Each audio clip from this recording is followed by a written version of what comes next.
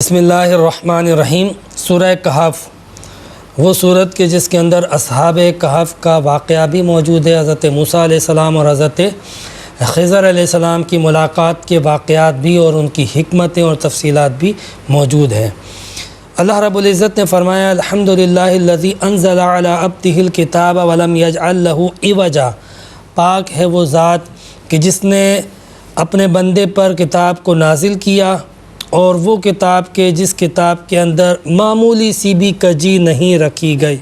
یعنی یہ قرآن حکیم وہ کتاب ہے کہ جس کتاب کے اندر ساری باتیں درست بیان کر دی گئی ہیں۔ قرآن پاک کے اس سادہ سے بیان کا اگر تفصیلی مفہوم نکالا جائے تو وہ یہ ہے کہ اس قرآن پاک کا ایک ایک حرف جو ہے وہ قیامت تک کے لیے چیلنج ہے۔ اس میں جو بات کہی گئی ہے وہ سچ ہے اور سیدھی ہے۔ اس کے اندر موجود بات کے خلاف خارج میں، دنیا میں، کائنات میں ایک واقعہ بھی وقوع پذیر نہ ممکن ہے، نہ ممکن تھا، نہ ممکن ہوگا۔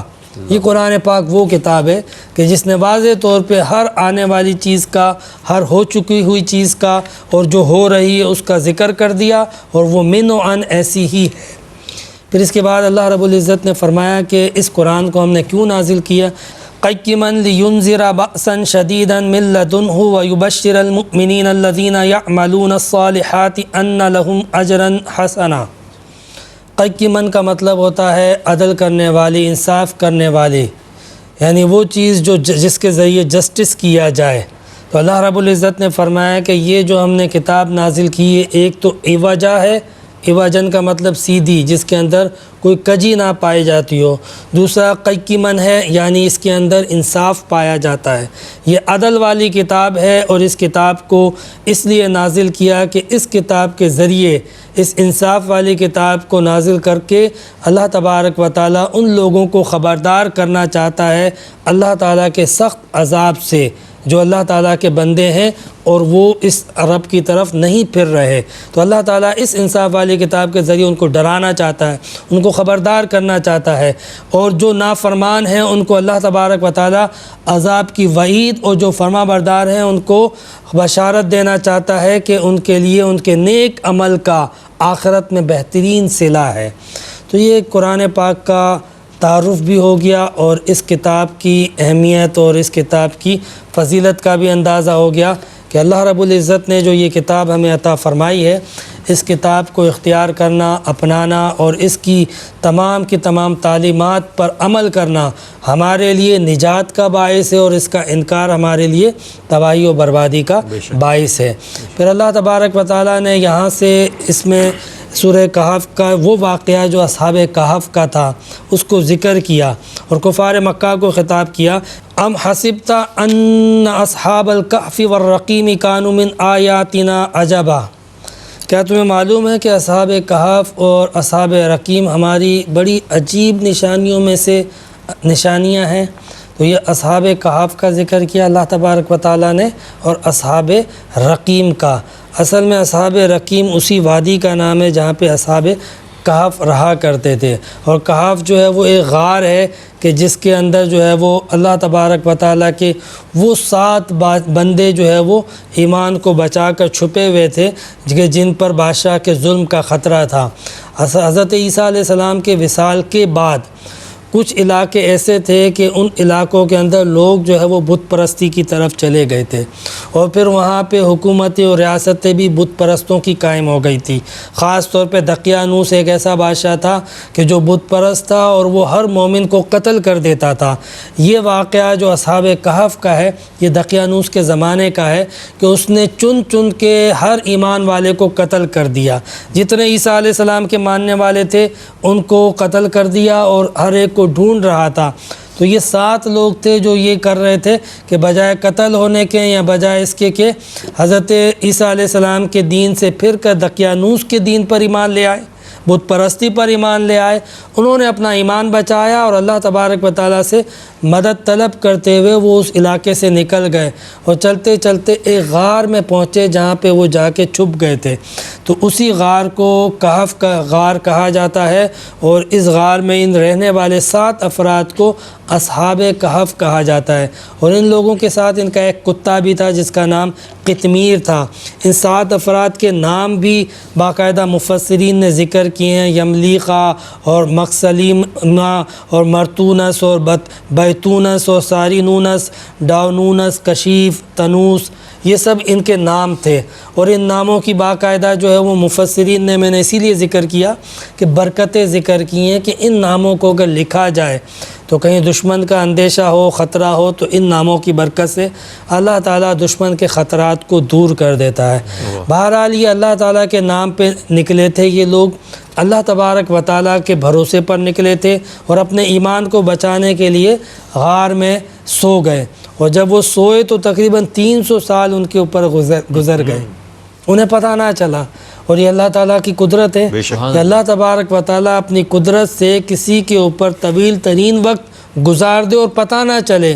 اس کے لیے ایسے جیسے تھوڑی دیر کی نیند، اور دوسری طرف سال ہا سال اور صدیوں کی صدیاں گزر جائیں۔ تو یہ واقعہ جس کا ذکر کیا اللہ تبارک و تعالیٰ نے، کہ تمہارے لیے واقعی حیرت انگیز ہے یہ واقعہ، اللہ تعالیٰ کی نشانیوں میں سے ایک نشانیاں ہیں۔ اور یہ واقعہ حضور نبی کریم علیہ السلام سے کفار ہی نے پوچھا تھا کہ اگر تم سچے نبی ہو تو بتاؤ وہ اصحاب کہف کا واقعہ کیا تھا، کیونکہ جو پیغمبر ہوگا اس کو پتہ ہوگا۔ تو نبی کریم علیہ السلام نے اس واقعے کو نہ صرف سنا دیا، ایسے انداز سے سنایا کہ ان کے خلاف حجت بنا دیا۔ یہ لوگ اصل میں آخرت کے منکر تھے کہ قیامت کے دن اللہ تعالیٰ کیسے لوگوں کو اٹھائے گا، تو اللہ تعالیٰ نے اس واقعے کو ان کے خلاف حجت بنا کے پیش کر دیا کہ بھائی 300 سال بعد اللہ تعالیٰ نے اصحاب کہف کو بھی تو اٹھایا ہے، تو پھر قیامت کے دن قبر سے کیوں نہیں اٹھائے گا تمہیں؟ یہ واقعہ انہی کے خلاف حجت بنا کے پیش کر دیا۔ اب واقعے کی تفصیل یہ تھی کہ دقیانوس جو تھا یہ قتل کر دیا کرتا تھا ان لوگوں کو جو حضرت عیسیٰ علیہ السلام پر ایمان لاتے تھے۔ یہ لوگ جو ہے وہ اپنی جان بچا کے غار میں چھپ گئے، 300 سال تک تقریباً اس غار کے اندر سوتے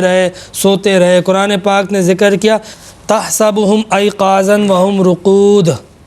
کہ تم انہیں جو ہے وہ سوتا سمجھو گے، جاگتا سمجھو گے اور وہ سو رہے ہوں گے۔ یہ رئیس بھائی اس طریقے سے 300 سال جو ہے وہ غار میں تھے کہ کوئی اگر دیکھے تو یوں لگے یہ جاگ رہے ہیں، بیٹھے ہوئے ہیں، لیکن وہ سو رہے تھے۔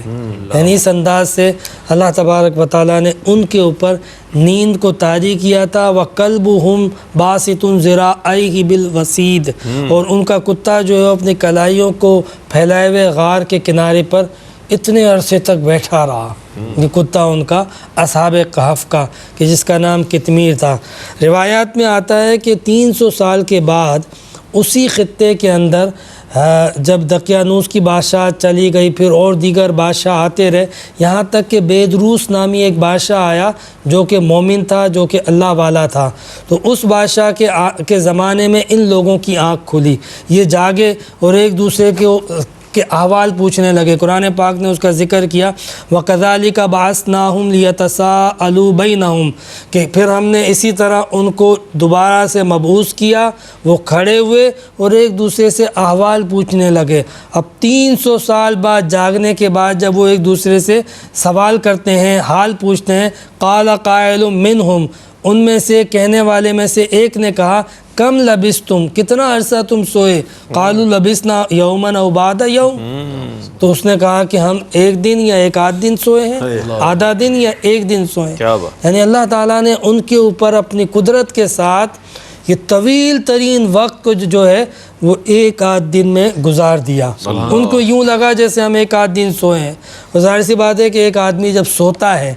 نیند کرتا ہے، تو اسے اپنی نیند کا اندازہ ہوتا ہے کہ جو ایک روٹین ہوتی ہے 4 گھنٹے 6 گھنٹے 8 گھنٹے، اس روٹین کے بعد وہ جاگ جاتا ہے، اسے نیند نہیں آتی ہے۔ کبھی کبھی اگر آؤٹ آف روٹین سو جائے تو اسے خود اٹھنے کے بعد احساس ہوتا ہے کہ لگتا ہے آج میں نے زیادہ سو لیا ہے، آج میری 2-4 گھنٹے زیادہ نیند ہو گئی ہے، یا آج میں جو ہے وہ لیٹ ہو چکا ہوں۔ تو یہ لوگ جب سوئے تو اٹھنے کے بعد ان کو یوں لگا کہ ہم اپنی روٹین میں ہی جو ہے وہ آرام کر رہے تھے، یعنی ایک دن ایک آدھ دن چند ایک گھنٹے، مگر یہاں پر گزر گئے تھے 300 سال۔ اور اس کا پتہ ایسے چلا کہ یہ لوگ جب باہر نکلے، بھوک کا احساس ہوا، تو ان کے پاس جو ہے وہ سکے پڑے ہوئے تھے، اشرفیاں پڑی ہوئی تھی، تو یہ جا کے بازار میں سامان لینے گئے۔ جب سامان لیا تو اس دکاندار نے اس اشرفی کو دیکھا تو دقیانوس بادشاہ کی مہر لگی ہوئی تھی۔ اس نے کہا یہ تو 300 سال پرانا زمانے کا سکہ ہے، تمہارے پاس کہاں سے آیا؟ انہوں نے واقعہ سنایا کہ ہم تو بھائی ابھی ایک دن پہلے ہی غار میں آ کر سوئے تھے، جب اٹھے ہمیں بھوک لگی ہے تو دقیانوس سے بچ کر آئے تھے۔ تو کہا اس کو تو ہمارے 300 سال ہو گئے ہیں۔ تو اس طرح یہ ظاہر ہوا کہ یہ تقریباً 300 سال تک اس غار کے اندر رہے تھے۔ وہ شخص گیا، اس نے اس وقت کے بادشاہ بیدروس کو جا کے ذکر کیا۔ اچھا، بادشاہ کو جب پتہ چلا، بادشاہ جو ہے وہ اس غرض سے ملنے آیا کہ شاید ان کے پاس کوئی پرانا خزانہ ہاتھ میں لگا ہے۔ جب بادشاہ ان سے ملا، وہ سارے حقائق پتہ چلے، تو بادشاہ نے ان حقائق کو اس قوم کے سامنے رکھے، اس لیے رکھے کہ بعین ہی اس وقت یعنی 300 سال کے بعد جب وہ بادشاہ آیا تھا بیدروس، اس وقت حضرت عیسیٰ علیہ السلام کے ماننے والے، اللہ پر یقین رکھنے والے پھر آ چکے تھے، یعنی کفر اور بت پرستی ختم ہوئی تھی، اللہ پر ایمان تو لا چکے تھے، مگر ابھی آخرت پر ایمان لانے میں کمزوری تھی۔ تو جس وقت آخرت کے حوالے سے بیدروس کے زمانے میں لوگوں کے اندر اشکالات پیدا ہو رہے تھے، اسی وقت اللہ تعالیٰ نے اصحاب کہف کو دوبارہ سے مبعوث کیا اور لوگوں کے سامنے اللہ تعالیٰ نے انہیں بھیج دیا کہ یہ 300 سال بعد ایک غار میں سے اٹھ کر آ گئے ہیں۔ اس واقعے کو جب وہاں کی قوم نے، لوگوں نے دیکھا کہ اللہ تعالیٰ نے آج سے 300 سال پہلے کے لوگوں کو آج جب اس نے زندہ کر کے ہمارے سامنے پیش کر دیا ہے، تو اس کا مطلب ہے کہ بروز قیامت بھی اللہ تبارک و تعالیٰ لازماً ان لوگوں کو دوبارہ زندہ کرے گا جن لوگوں کو اس دنیا میں اللہ نے بھیجا ہے، اور جن لوگوں کے اوپر اللہ تبارک و تعالیٰ کے حقوق ہیں، جن لوگوں کو اللہ تبارک و تعالیٰ نے